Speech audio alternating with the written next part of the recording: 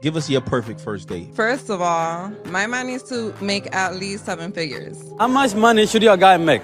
Over $500,000. Where are the real men at? I'm sick of it. 7 figures.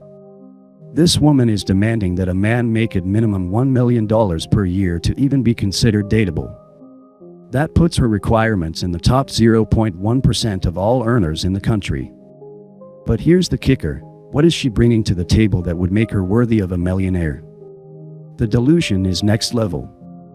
Women making $30,000 a year working retail are out here demanding men who make 30 times their salary while offering nothing but attitude and entitlement in return. And then they have the audacity to ask, where are the real men? The real men are avoiding women like you because you've priced yourself out of reality. That's why I don't like men who know their worth. Like, I hate y'all. Men saying, I've just decided altogether to avoid women, that it's better to be single, guys. There's talk about how men are not obsessed with women anymore. Said that you effed a whole platoon. Oh, yeah. How many dudes did you sleep with? Probably at that time, like 20. The whole platoon? It was a lot. What? When I was 16, I got 3 trains ran on me in one. 20 guys. Let me repeat that, 20 guys. This woman is bragging about having the sexual discipline of a feral animal and then wondering why high-value men won't commit to her.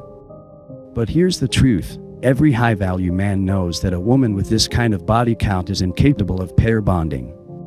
She's literally destroyed her ability to form meaningful emotional connections through years of casual sex, and now she expects a millionaire to wife up her leftovers. The cognitive dissonance is mind-blowing. You can't be the village bicycle and then demand to be treated like a rare vintage car. We couldn't have credit cards, couldn't own property, couldn't vote, had no voice. Well, of course we'd partner up with a man because we needed one so that we didn't starve to death. We don't need men. So if it comes to being in a relationship, it's a matter of bringing something to the table. And if what you're bringing to the table is a toddler-like mentality where you are expecting a mommy and expecting some kind of subordinate, concubine kind of setup, no woman wants that. The irony here is absolutely incredible.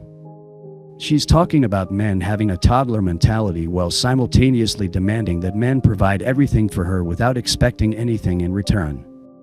She wants a man to financially support her, emotionally validate her, and cater to her every need, but somehow men are the ones with unrealistic expectations. This is projection at its finest.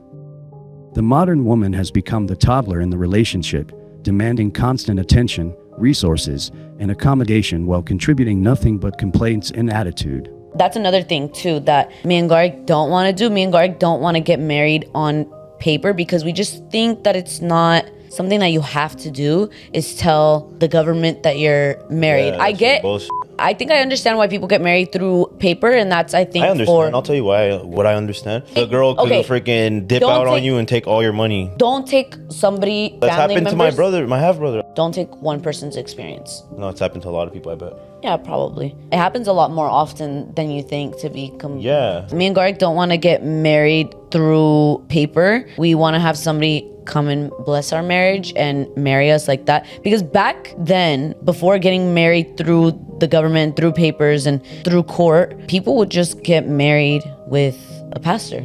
A pastor would marry them and say... The government don't need to know. Because I don't think that marriage needs to be official through court or it needs to be official through the government. I don't really think that that's true. I think that you give a vow to God and you give your promise to your partner, and a pastor is blessing the marriage and also marrying you through the vow that you give to God. I think that that's all that matters, to be honest. I don't think that having to get married through court or the government is what makes it official. I will love you through sickness and in health and through everything. What you just witnessed is the complete breakdown of cost-benefit analysis in the modern woman's brain.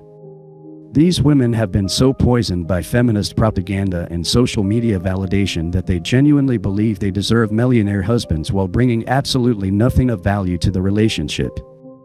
A woman demanding a 7-figure man is essentially saying she deserves someone in the top 0.1% of all earners.